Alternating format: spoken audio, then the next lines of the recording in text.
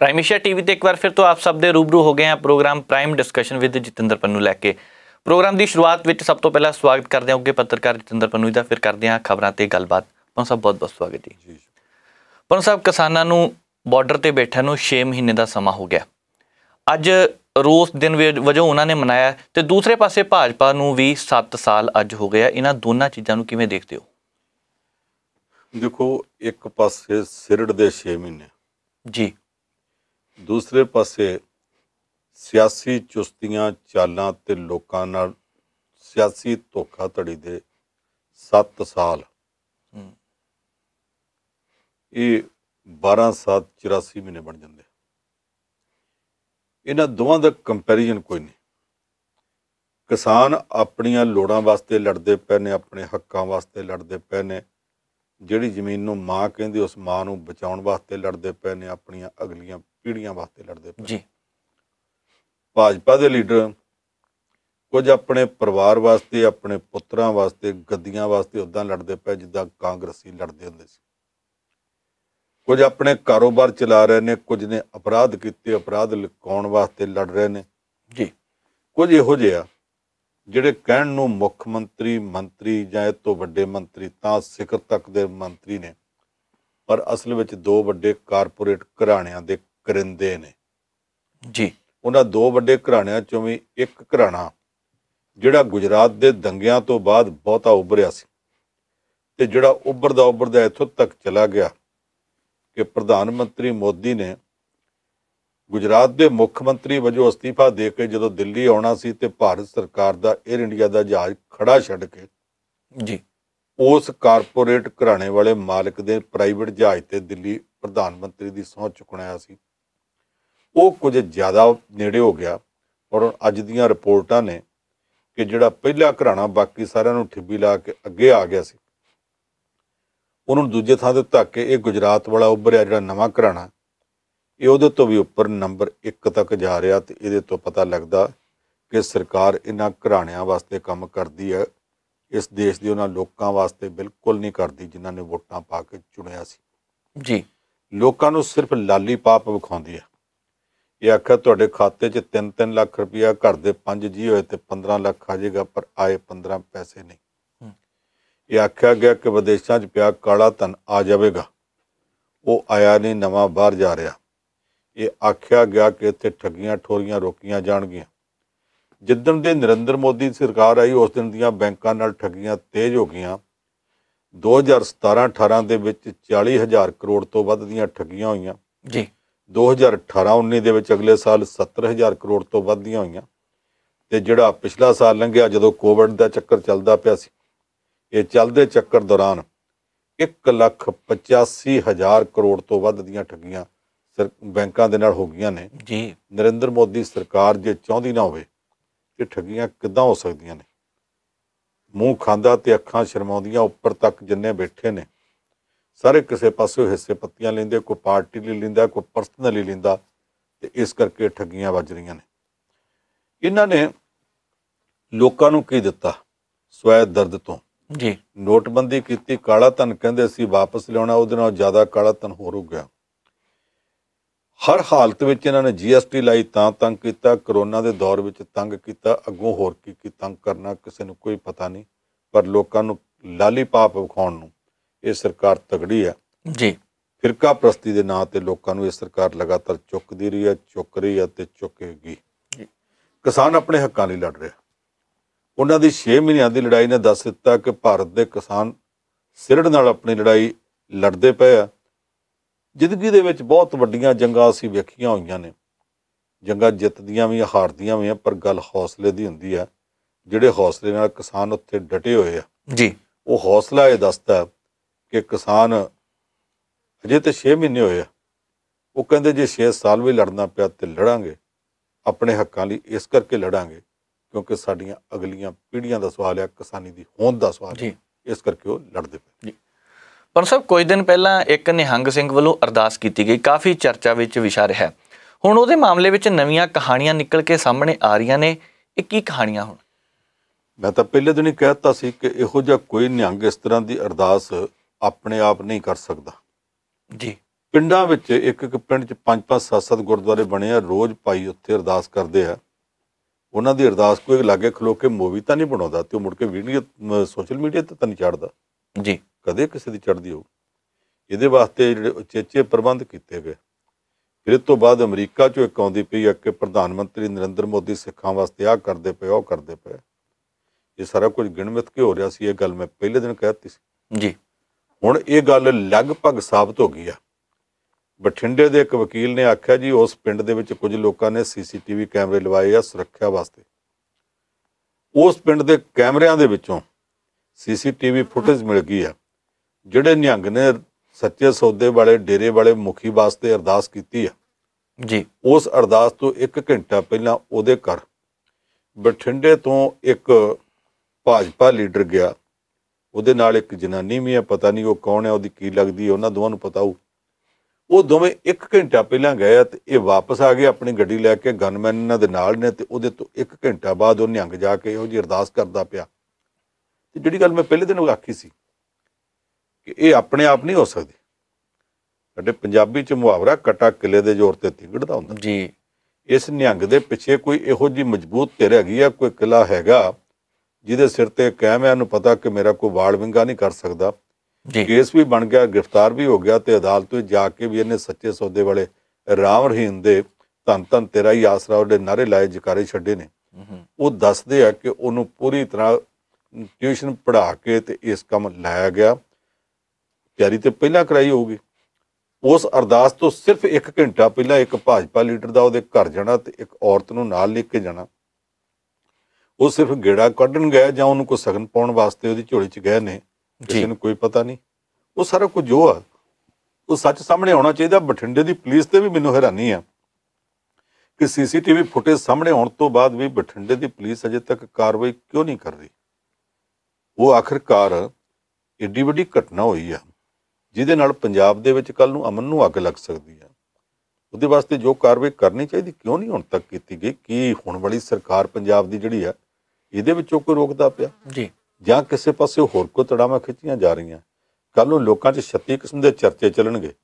ਉਹਦੇ ਨਾਲ ਬਿਹਤਰ ਇਹ ਨਹੀਂ ਕਿ ਚਰਚੇ ਚੱਲਣ ਤੋਂ ਪਹਿਲਾਂ ਇਹ ਗੱਲ ਸੰਭਾਲ ਲਈ ਜਾਵੇ ਔਰ ਦੱਸਿਆ ਜਾਵੇ ਕਿ ਕੌਣ ਸੀ, ਕਾਹਦੇ ਲਈ ਗਿਆ ਸੀ ਤੇ ਉਹਦੇ ਪਿੱਛੇ ਕਾਰਨ ਕੀ ਸੀ। ਅੱਗੇ ਵੀ ਤੇ ਇਹੋ ਜਿਹੀਆਂ ਖੇਡਾਂ ਦੇ ਨਤੀਜੇ ਨਿਕਲੇ ਸਨ। ਕਿੱਥੋਂ ਤੱਕ ਦੂਰ ਤੱਕ ਗੱਲ ਗਈ ਹੈ। ਤੇ ਜੇ ਹੁਣ ਕੱਲ ਨੂੰ ਫਿਰ ਇਹੋ ਸਾਰਾ ਕੁਝ ਮਾਹੌਲ ਵਿਗੜ ਗਿਆ ਜਿਹਦੀ ਚਰਚਾ ਹੈ ਕਿ ਇਹੋ ਜਿਹੇ ਬੰਦੇ ਕੁਝ ਵਿਗਾੜਦੇ ਪਏ ਨੇ।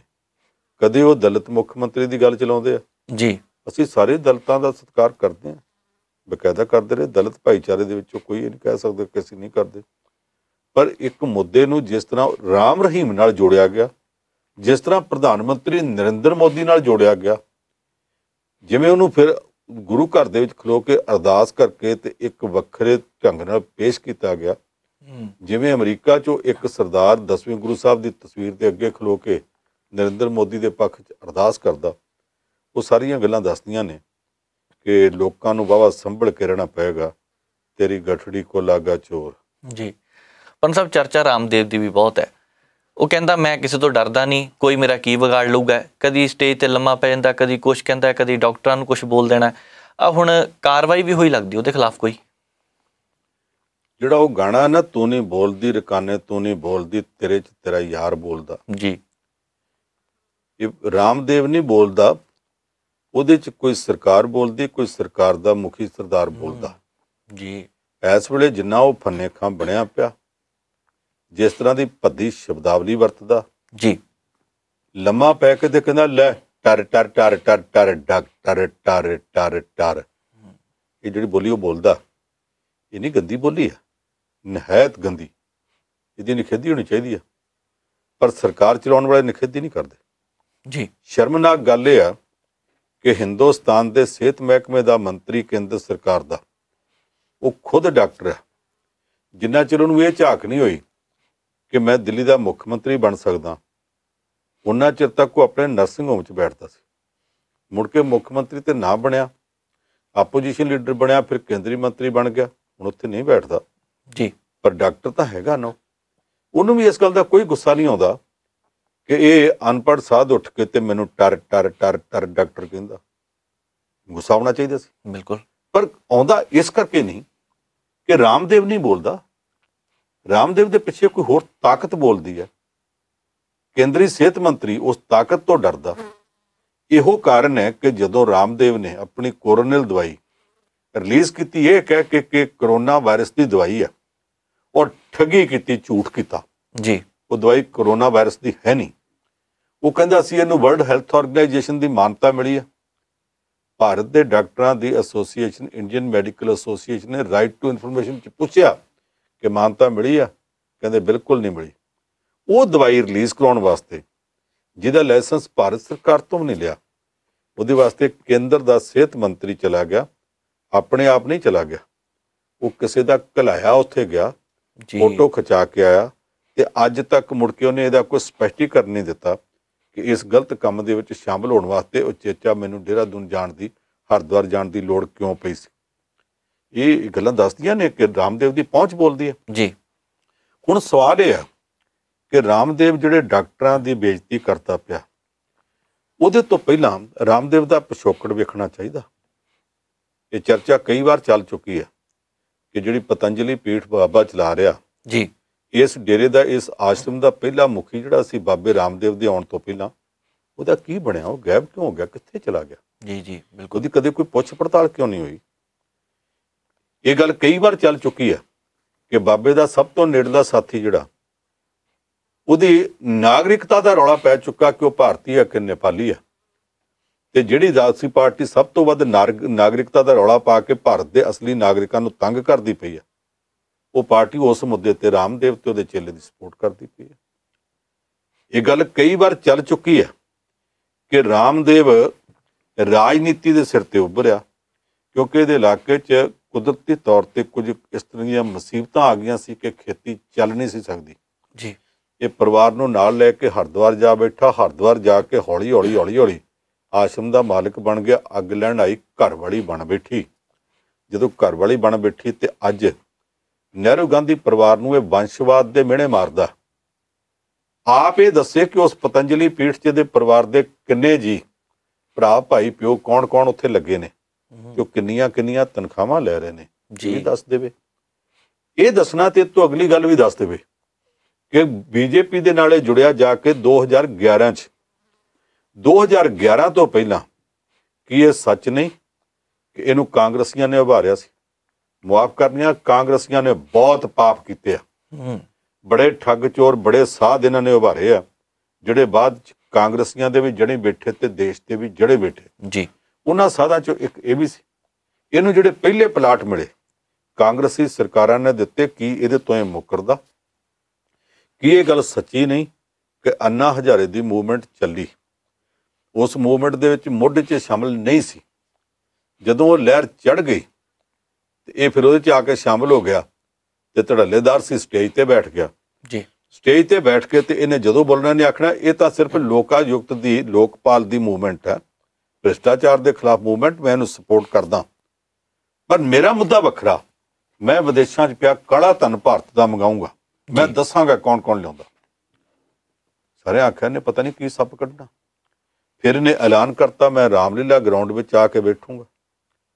ਜਿੱਦਣ ਇਹਨੇ ਆਉਣਾ ਸੀ, ਇਹ ਦਿੱਲੀ ਏਅਰਪੋਰਟ ਤੇ ਆਇਆ ਤੇ ਉਸ ਵਕਤ ਦੇ ਡਾਕਟਰ ਮਨਮੋਹਨ ਸਿੰਘ ਦੀ ਸਰਕਾਰ ਦੇ 4 ਮੰਤਰੀ, ਜਿਨ੍ਹਾਂ ਦੇ ਵਿੱਚ ਕਾਨੂੰਨ ਮੰਤਰੀ ਕਪਿਲ ਸਿੱਬਲ ਸ਼ਾਮਲ ਸੀ, ਇਹਦੇ ਨਾਲ ਤੇ ਇਹਦੇ ਚੇਲੇ ਬਾਲ ਕ੍ਰਿਸ਼ਨ ਨਾਲ ਬੈਠੇ ਵੱਖਰੇ ਕਮਰੇ 'ਚ। ਉੱਥੇ ਬੈਠ ਕੇ ਫੈਸਲਾ ਹੋਇਆ ਕਿ ਅੱਜ ਬਾਬਾ ਤੂੰ ਜਾ ਕੇ ਧਰਨਾ ਮਾਰ ਲਾ ਤਾਂ ਕਿ ਲੋਕਾਂ ਦਾ ਧਿਆਨ ਅੰਨਾ ਹਜ਼ਾਰੇ ਦੀ ਮੂਵਮੈਂਟ ਤੋਂ ਹਟਾਇਆ ਜਾ ਸਕੇ ਜੀ। ਕੱਲ ਇੰਨੇ ਵੱਜ ਕੇ ਇੰਨੇ ਮਿੰਟ ਤੇ ਅਸੀਂ ਐਲਾਨ ਕਰ ਦਿਆਂਗੇ, ਅਸੀਂ ਤੇਰੀਆਂ ਮੰਗਾਂ ਮੰਨੀਆਂ ਕਿ ਤੂੰ ਉੱਥੋਂ ਉੱਠ ਕੇ ਚੱਲ ਜਾਵੀਂ, ਤੇਰੀ ਵੀ ਜਾਇਜ਼ ਹੈ, ਹਮਾਰੀ ਵੀ ਜਾਇਜ਼ ਹੈ, ਤੁਹਾਡੀ ਜਾਇਜ਼ ਹੈ, ਹਮਾਰੀ ਜਾਇਜ਼ ਦੇ ਚੱਕਰ ਵਿੱਚ ਇੱਕ ਗੱਲ ਹੋਈ ਕਿ ਜਿੱਦਾਂ ਦਾ ਲਕੀਰਾਂ ਵਾਲਾ ਕਾਗਜ਼ ਹੁੰਦਾ ਕਾਪੀ ਦਾ ਜੀ, ਉਸ ਤਰ੍ਹਾਂ ਦੇ ਲਕੀਰਾਂ ਵਾਲੇ ਕਾਗਜ਼ ਦੇ ਉੱਤੇ, ਇਹੋ ਜਿਹੇ ਦੇ ਉੱਤੇ ਇੱਕ ਕਾਗਜ਼ ਦੇ ਉੱਤੇ ਇਹਨੇ ਹਿੰਦੀ 'ਚ ਲਿਖ ਕੇ ਦਿੱਤਾ, ਇਹਨੇ ਤੇ ਬਾਲ ਕ੍ਰਿਸ਼ਨ ਨੇ, ਕਿ ਅਸੀਂ ਅੱਜ ਉੱਥੇ ਜਾਵਾਂਗੇ, ਐਸ ਪਲਾਨ ਮੁਤਾਬਕ ਕੰਮ ਕਰਾਂਗੇ, ਕੱਲ ਇੰਨੇ ਵਜੇ ਉੱਥੋਂ ਉੱਠ ਜਾਾਂਗੇ। ਉਹ ਲਿਖ ਕੇ ਤੇ ਮੰਤਰੀਆਂ ਨੂੰ ਦੇ ਕੇ ਆ ਕੇ ਬਹਿ ਗਿਆ। ਰਾਤੋਂ ਰਾਤ ਭਾਜਪਾ ਵਾਲਿਆਂ ਨੇ ਆਪਣੇ ਬੰਦੇ ਇੰਨੇ ਜੋੜ ਦਿੱਤੇ, ਅਗਲੇ ਦਿਨ ਤੱਕ ਘੇਰਾ ਉਹਨਾਂ ਦਾ ਵੱਧ ਗਿਆ ਤੇ ਕਾਂਗਰਸੀ ਉੱਥੇ ਥੋੜੇ ਜਿਹੇ ਰਹਿ ਗਏ। ਇਹ ਉਹਨਾਂ ਦੇ ਘੇਰੇ 'ਚ ਬਾਹਰ ਨਹੀਂ ਸੀ ਨਿਕਲ ਸਕਦਾ। ਉਹਨਾਂ 'ਚੋਂ ਕਿਸੇ ਘੂਰੀ ਵੀ ਵੱਟੀ ਹੋਊ, ਪਿੱਛੇ ਸੱਦ ਕੇ ਸਮਝਾਇਆ ਵੀ ਹੋਊ, ਫਿਰ ਇਹ ਆਕੜ ਖਲੋਤਾ ਮੈਂ ਤਾਂ ਨਹੀਂ ਜਾਂਦਾ, मैं तो विदेश तो काला धन लियाऊं जी।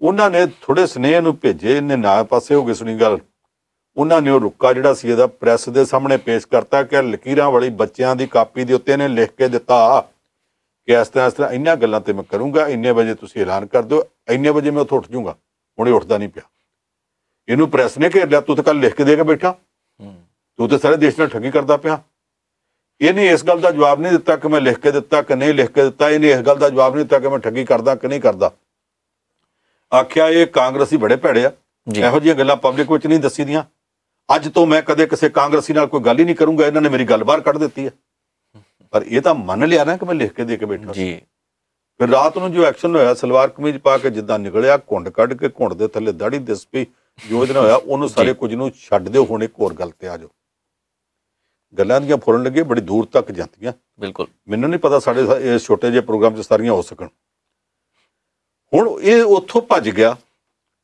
ਜਾ ਕੇ ਇਹਨੇ ਫਿਰ ਉੱਥੇ 4 ਜੂਨ ਨੂੰ 2011 'ਚ ਇਹਨੇ ਮਰਨ ਵਰਤ ਰੱਖਤਾ ਮੈਂ ਤਾਂ ਮਰਨ ਵਰਤ ਰੱਖੂੰਗਾ ਮੈਂ ਤਾਂ ਮਰ ਜਾਊਂਗਾ ਡਾਕਟਰ ਮਨਮੋਹਨ ਸਿੰਘ ਦੀ ਸਰਕਾਰ ਦੇ ਖਿਲਾਫ ਚੜ ਜੀ ਜਦੋਂ ਇਹਦਾ 6ਵਾਂ ਦਿਨ ਸੀ ਉਦੋਂ ਦੀ ਹਾਲਤ ਵਿਗੜ ਗਈ ਇਹਨੂੰ ਉੱਥੇ ਹਸਪਤਾਲ ਦਾਖਲ ਕਰਾਇਆ ਗਿਆ ਹਸਪਤਾਲ ਦੀ ਗੱਲ ਮੈਂ ਬਾਅਦ 'ਚ ਦੱਸਣੀ ਉਹ ਵੀ ਖਾਸ ਹੈ ਜੀ ਅਗਲੇ ਦਿਨ ਤੱਕ ਇਹਦੀ ਹਾਲਤ ਇੰਨੀ ਵਿਗੜ ਗਈ ਸਿਰ ਕੰਪਿਓ ਪੱਗ ਡਗਮਗੇ ਨੈਣ ਜੋਤ ਤੇ ਹੀਨ ਫਿਰ ਭਾਜਪਾ ਲੀਡਰਾਂ ਦੇ ਤਰਲੇ ਕੀਤੇ ਵਾਜਪਾਈ ਸਾਹਿਬ ਨੇ ਸ਼੍ਰੀ ਰਵੀ ਸ਼ੰਕਰ ਹੋਰਾਂ ਨੂੰ ਭੇਜਿਆ ਬਾਕੀ ਜਿੰਨੇ ਸਾਧ ਸੰਤ ਭਾਜਪਾ ਦੇ ਨਾਲ ਸੀ ਸਾਰੇ ਭੇਜੇ ਜੀ ਭਾਜਪਾ ਦੇ ਮੁੱਖ ਮੰਤਰੀ ਨੂੰ ਆਖਿਆ ਦੇਹਰਾਦੂਨ ਤੋਂ ਤੂੰ ਉੱਥੇ ਪਹੁੰਚ ਉਹ ਅਸੀਂ ਟੀਵੀ ਚੈਨਲਾਂ ਤੇ ਸੁਣਿਆ वो करना फोन ला के अडवाणी जी ने कहता बाबू जी मैं जाना चाहता हूँ बाबू जी मौसम खराब है बाबू जी मैं जा नहीं सकता बाकी सब पहुंच गए सारे साध संत इकट्ठे करके ਇਹਦਾ ਵਰਤ ਤੁੜਾਇਆ ਗਿਆ ਜਦੋਂ ਇਹਦਾ ਵਰਤ ਤੁੜਾਇਆ ਗਿਆ ਇਹ ਦੁਨੀਆ ਦੇ ਲੋਕਾਂ ਨੂੰ ਪਤਾ ਨਹੀਂ ਲੱਗਾ ਕਿ ਉਸੇ ਦਿਨ ਉਸੇ ਹਸਪਤਾਲ ਦੇ ਵਿੱਚ ਇੱਕ ਹੋਰ ਸਵਾਮੀ ਉਹਨੂੰ 100 ਦਿਨ ਤੋਂ ਵੱਧ ਹੋ ਗਏ ਸੀ ਵਰਤ ਰੱਖ ਕੇ ਪਏ ਨੂੰ ਉਹ ਸਵਾਮੀ ਨਿਗਮਾਨੰਦ ਸੀ ਉਹ ਇੰਜੀਨੀਅਰ ਸੀ ਜੀ ਉਹ ਕੁਦਰਤ ਨੂੰ ਪਿਆਰ ਕਰਦਾ ਸੀ ਉਹ ਇਸ ਥਾਂ ਤੇ ਆਇਆ ਤੇ ਉਹਨੇ ਵੇਖਿਆ ਕਿ ਗੰਗਾ ਨਦੀ ਗਰਕ ਕੀਤੀ ਜਾ ਰਹੀ ਆ ਸਾਡਾ ਪ੍ਰਧਾਨ ਮੰਤਰੀ ਕਹਿੰਦਾ ਨਾ ਮੁਝੇ ਕਿਸੇ ਨੇ ਭਿਜਵਾਇਆ ਹੈ ਨਾ ਮੈਂ ਆਇਆ ਹੂੰ ਨਾ ਕਿਸੇ ਨੇ ਭਿਜਵਾਇਆ ਹੈ मुझे तो गंगा मैया ने बुलाया है किसी गंगा मैया ने नहीं बुलाया वोटां दी खातर प्रधानमंत्री बनारस गया गंगा मैया ने उस निगमानंद नूं बुलाया सी वो गया हरिद्वार जी उन्हें उत्थे जाके मोर्चा लाता कि मैं इहदे विचों रेत नहीं कढण देनी मैं इहदे विचों बजरी नहीं कढण देनी मैं इहदे विच सीवरेज दा लोकां दा मल मूत्र दा गंद नहीं छड्डण देना उहदे उत्ते ने वर्त रख लिया अड़ गया अड़ के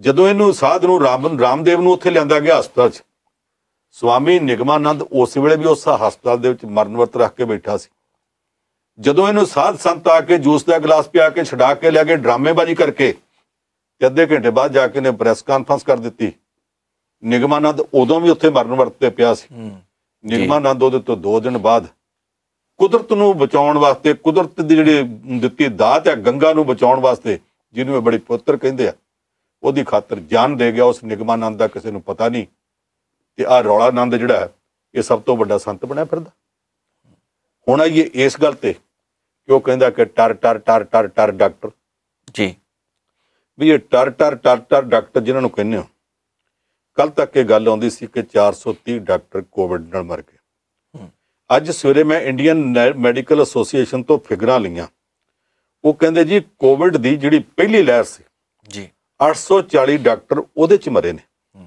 ਜਿਹੜੀ ਦੂਸਰੀ ਲਹਿਰ ਆਈ 430 ਉਹਦੇ ਚ ਮਰੇ ਨੇ ਕੁੱਲ ਮਿਲਾ ਕੇ ਹੁਣ ਤੱਕ 1270 ਡਾਕਟਰ ਮਰੇ ਨੇ ਆੜੀ ਦੂਸਰੀ ਲਹਿਰ ਆਈ ਆ ਇਹ ਚ 100 ਡਾਕਟਰ ਦਿੱਲੀ ਚ ਮਰੇ ਆ 96 ਡਾਕਟਰ ਬਿਹਾਰ ਚ ਮਰੇ ਆ ਜੀ 41 ਡਾਕਟਰ ਯੂਪੀ ਚ ਮਰੇ ਆ 31 ਡਾਕਟਰ ਗੁਜਰਾਤ ਵਿੱਚ ਮਰੇ ਆ 20 ਡਾਕਟਰ ਤੇਲੰਗਾਨਾ ਚ ਮਰੇ ਆ ਫਿਕਰਾਂ ਲੈਣੀਆਂ ਆ 288 ਤੇ ਮੈਂ 50 ਸੂਬਿਆਂ ਚ ਗਿਣਤੇ ਇਹ ਜਾ ਕੇ ਚੈੱਕ ਤਾਂ ਕਰੇ ਇਹਦੇ ਨਾਲ ਦੇ ਕਿੰਨੇ ਮਰੇ ਨੇ ਮੈਂ ਆਯੁਰਵੈਦਿਕ ਦੇ ਖਿਲਾਫ ਨਹੀਂ ਜੀ ਮੈਂ ਬਚਪਨ ਤੋਂ ਲੈ ਕੇ ਤ੍ਰਿਫਲ ਚਵਨਪ੍ਰਾਸ਼ ਬਥੇਰਾ ਕੁਝ ਖਾਂਦਾ ਰਿਹਾ ਮੈਂ ਹੋਮੋਪੈਥੀ ਦੇ ਵੀ ਖਿਲਾਫ ਨਹੀਂ ਜੀ ਕਈ ਮੌਕਿਆਂ ਤੇ ਮੈਂ ਹੋਮੋਪੈਥੀ ਦਵਾਈ ਲਈ ਹੈ ਉਹਦਾ ਆਪਣਾ ਥਾਂ ਪਰ ਐਲੋਪੈਥੀ ਦਾ ਆਪਣਾ ਥਾਂ ਜਿਹੜੀ ਐਲੋਪੈਥੀ ਨੂੰ ਅੱਜ ਗਾਲਾਂ ਕੱਢਦਾ ਡਾਕਟਰਾਂ ਨੂੰ ਟਰ ਡਾਕਟਰ ਕਹਿੰਦਾ ਇੱਕ ਗੱਲ ਸਿਰਫ ਦੱਸ ਦੇ, ਜਿੱਦਣ ਦਾ ਘੋਰੜੂ ਵੱਜਦਾ ਪਿਆ ਸੀ, ਵਿਖਾਵੇ ਵਾਸਤੇ ਵਰਤ ਰੱਖ ਬੈਠਾ ਤੇ ਨਿਭਾਉਣ ਦੀ ਆਸ ਹਿੰਮਤ ਹੈ ਨਹੀਂ ਸੀ ਜੀ, ਉਹ ਦਿਨ ਨੂੰ ਚੁੱਕ ਕੇ ਹਸਪਤਾਲ ਦਾਖਲ ਕਰਾਇਆ ਗਿਆ ਸੀ। ਉਸ ਹਸਪਤਾਲ ਦਾ ਨਾਂ ਕੀ ਸੀ? ਹਿਮਾਲਯਨ ਇੰਸਟੀਚਿਊਟ ਵਾਲੇ ਚਲਾ ਰਹੇ ਸਨ। ਹਸਪਤਾਲ ਦਾ ਨਾਂ ਜੋਲੀ ਗ੍ਰਾਂਟ ਹਸਪਤਾਲ ਹੈ। ਉਹਦੇ ਵਿੱਚ MBBS ਡਾਕਟਰ ਤਿਆਰ ਕੀਤੇ ਜਾਂਦੇ ਆ। ਜਿੱਦਣ ਤੂੰ ਮਰਨਾਊ ਪਿਆ ਸੀ ਉਦੋਂ ਤੇਰਾ ਇਲਾਜ ਇਹਨਾਂ ਡਾਕਟਰਾਂ ਕੀਤਾ ਜਿਨ੍ਹਾਂ ਤੂੰ ਅੱਜ ਕਹਿੰਦਾ ਟਰ ਟਰ ਟਰ ਟਰ ਟਰ ਡਾਕਟਰ। ਆਪਣੀ ਲੋੜ ਪੈਣ ਤੇ ਤੂੰ ਜੋਲੀ ਗ੍ਰਾਂਟ ਹਸਪਤਾਲ 'ਚ ਦਾਖਲ ਹੋਇਆ ਸੀ। ਅੱਜ ਜਿਹੜੇ ਡਾਕਟਰ ਲੋਕਾਂ ਦੀ ਖਾਤਰ ਮਰਦੇ ਪਏ ਨੇ, ਜਿਹੜੀਆਂ ਨਰਸਾਂ, ਜਿਹੜੇ ਫਾਰਮਾਸਿਸਟ, ਜਿਹੜੇ ਲੈਬ ਟੈਕਨੀਸ਼ੀਅਨ, ਜਿਹੜਾ ਡਾਕਟਰਾਂ ਦਾ ਹੋਰ ਅਮਲਾ ਫੈਲਾ, ਉਹ ਮਰਦੇ ਪਏ ਨੇ। ਸਾਡੇ ਇੱਥੇ ਪੰਜਾਬ 'ਚ 10-12 ਮਰ ਚੁੱਕੇ ਨੇ। ਉਹਨਾਂ ਸਾਰਿਆਂ ਦੀ ਇਸ ਤਰ੍ਹਾਂ ਬੇਇੱਜ਼ਤੀ ਕੀਤੀ ਜਾਵੇ, ਨਾ ਜਲੂਸ ਕੱਢਿਆ ਜਾਵੇ ਜੀ। ਉਹ ਕੁਝ ਸ਼ਰਮ ਕਰਨੀ ਚਾਹੀਦੀ ਹੈ। ਅਸੀਂ ਗਾਂ ਚੋਈਏ, ਡਰ ਹੁੰਦਾ ਛੜਨਾ ਮਾਰ ਦੇਵੇ, ਉਹਦੀਆਂ ਲੱਤਾਂ ਨੂੰ ਰੱਸੀ ਪਾ ਕੇ ਚੋਈਦੇ ਜੀ। ਪਰ ਜਦੋਂ ਚੋ ਲਈਦਾ ਰੱਸੀ ਖੋਲ ਕੇ ਉਹਦੀ ਪਿੱਠ ਤੇ ਥਾਪੀ ਦੇਈਦੀ ਆ। ਇੱਥੇ ਕੋਈ ਰੱਸੀ ਪਾ ਕੇ ਡਾਕਟਰ ਨਹੀਂ ਬੰਨ੍ਹ ਕੇ ਬਿਠਾਏ, ਉਹ ਰਾਤ ਦਿਨ ਸੇਵਾ ਕਰਦੇ ਪਏ ਆ ਤੇ ਸੇਵਾ ਕਰਾਉਣ ਦੇ ਨਾਲ ਮਰਦੇ ਪਏ ਆ ਤੇ ਅਸੀਂ ਉਹਨਾਂ ਦੇ ਮਰਿਆਂ ਦੀ ਲਾਸ਼ ਦੇ ਉੱਤੇ ਵੀ ਥੁੱਕਦੇ ਪਏ ਆ। ਇਹੋ ਜਿਹਾ ਸਾਧ ਉੱਠ ਕੇ ਤੇ ਉਹਨਾਂ ਨੂੰ ਆਖੇ ਟਰ ਟਰ ਟਰ ਟਰ ਟਰ ਡਾਕਟਰ, ਇਹ ਉਹਨਾਂ ਮਰ ਗਿਆਂ ਨੂੰ ਵੀ ਉਹਨਾਂ ਦੇ ਗਿੱਟਿਆਂ ਤੇ ਡੰਡਾ ਮਾਰਦਾ ਪਿਆ। ਕੁਝ ਸ਼ਰਮ ਆਉਣੀ ਚਾਹੀਦੀ ਉਹਨੂੰ, ਕੁਝ ਸ਼ਰਮ ਆਉਣੀ ਚਾਹੀਦੀ ਉਹਨਾਂ ਨੂੰ ਜਿਹੜੇ ਉਹਦੇ ਪ੍ਰਤਪਾਲਕ ਨੇ। ਮੈਂ ਫਿਰ ਕਹੂੰਗਾ, ਸਵਾਮੀ ਰਾਮਦੇਵ ਸੋ ਕਾਲਡ ਸਵਾਮੀ ਆਪ ਨਹੀਂ ਬੋਲਦਾ ਪਿਆ। ਤੂੰ ਨਹੀਂ ਬੋਲਦੀ ਰਕਾਨੇ, ਤੂੰ ਨਹੀਂ ਬੋਲਦੀ, ਤੇਰੇ 'ਚ ਤੇਰਾ ਯਾਰ ਬੋਲਦਾ। ਇਹਦੇ ਪਿੱਛੇ ਕੋਈ ਨਾ ਕੋਈ ਧਿਰ ਹੈਗੀ, ਇਹੋ ਜੀ ਇੱਕ ਸਿਆਸੀ ਧਿਰ ਹੈਗੀ ਆ ਜਿਹੜੀ ਕਹਿੰਦੀ ਆ ਤੂੰ ਬੋਲ ਤੇ ਅਸੀਂ ਤੇਰੇ ਮਗਰ ਖੜੇ ਆ। ਉਸ ਧਿਰ ਨੂੰ ਖੁਦ ਸਾਹਮਣੇ ਆਉਣਾ ਚਾਹੀਦਾ ਕਿ ਕੀ ਡਾਕਟਰ ਇੰਨੇ ਮਾੜੇ ਹੋ ਗਏ ਕਿ ਅੱਜ ਉਹਨਾਂ ਨੂੰ ਟਰ ਟਰ ਟਰ ਡਾਕਟਰ ਆਖਿਆ ਜਾ ਰਿਹਾ। ਇਹ ਬਹੁਤ ਅਫਸੋਸਨਾਕ ਸਥਿਤੀ ਆ ਭਾਰਤ ਵਾਸਤੇ ਜੀ। ਪੰਨੂ ਸਾਹਿਬ ਬਹੁਤ ਬਹੁਤ ਧੰਨਵਾਦ ਖਬਰਾਂ ਤੇ ਚਰਚਾ ਕਰਨ ਲਈ। ਸੋ ਪੰਨੂ ਸਾਹਿਬ ਨੇ ਸਾਰਾ ਕੁਝ ਦੱਸ ਹੀ ਦਿੱਤਾ। ਮੈਨੂੰ ਲੱਗਦਾ ਕੁਝ ਰਹਿ ਨਹੀਂ ਗਿਆ ਰਾਮਦੇਵ ਬਾਰੇ, ਜੋ ਗੱਲਾਂ ਅੱਜ ਸਾਂਝੀਆਂ ਕੀਤੀਆਂ ਨੇ। ਐਲੋਪੈਥੀ ਨੂੰ ਲੈ ਕੇ ਜਿਸ ਤਰ੍ਹਾਂ ਦੇ ਉਹਦੇ ਬਿਆਨ ਆ ਰਹੇ ਨੇ, ਹੁਣ ਇੰਡੀਅਨ ਮੈਡੀਕਲ ਐਸੋਸੀਏਸ਼ਨ ਵੱਲੋਂ ਉਹਨੂੰ ਮਾਣਹਾਨੀ ਦਾ ਨੋਟਿਸ ਵੀ ਭੇਜਿਆ ਗਿਆ। ਸੋ ਅੱਜ ਦੇ ਇਸ ਪ੍ਰੋਗਰਾਮ ਨੂੰ ਇੱਥੇ ਸਮਾਪਤ ਕਰਦੇ ਹਾਂ। ਮੈਨੂੰ ਨਵਜੀਤ ਨੂੰ ਦਿਓ ਇਜਾਜ਼ਤ। ਦੇਖਦੇ ਰਹੋ ਪ੍ਰਾਈਮ ਏਸ਼ੀਆ TV, ਤੁਹਾਡਾ ਆਪਣਾ, ਤੁਹਾਡੇ ਲਈ।